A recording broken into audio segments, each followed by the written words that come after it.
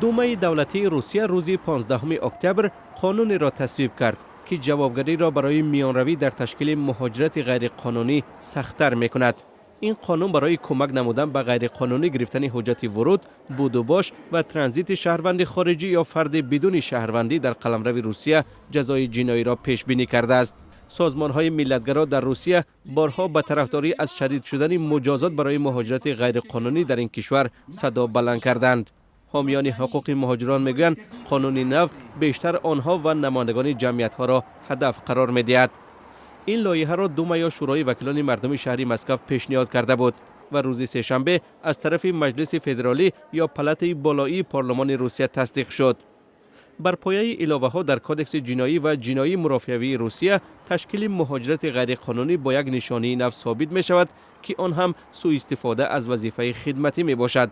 اکنون نفران گناهکار را تا 7 سال از آزادی محروم کرده از او تا 5 میلیون روبل جریمه می‌ستانند. بر علاوه تا 3 سال بازداشت معاش و دیگر نمودهای درآمد پیش بینی شده است. حامی حقوق مهاجران تاجیک در روسیه کریمجان یاروف میگوید چون این قانون پیشتر هم وجود داشت ولی این دفعه جزا سخت‌تر شده است. موافق بندهای قانون چنین اومده است که حتی میتواند که اگر که یک مهاجر کاری رو یک دوستش یا یک خویشش یا که یک همشهریش یک جای خوب دهد یا که حتی 100 روبل یا که چند روبل که دهد برای از یک مکان به دیگر مکان رفتن است یا که یک در یک جشته حداقل خوراک خورند، این هم با چنین یک یاری با اون مهاجر غیر قانونی میشد که از نظر قانون این علاقه قانون ویران کنی حساب میشد و مهاجر رو میتونن که هم اخراج کنند و هم داغ سودی گیرد و حتی میتونن که به زندان اندازند.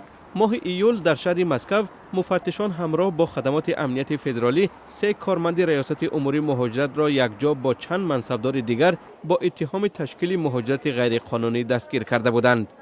تخمین می شود که آنها در سال 2018 به 190 مهاجر با راه غیرقانونی شرایط به اصطلاح رجیستراسیون را فراهم آوردند.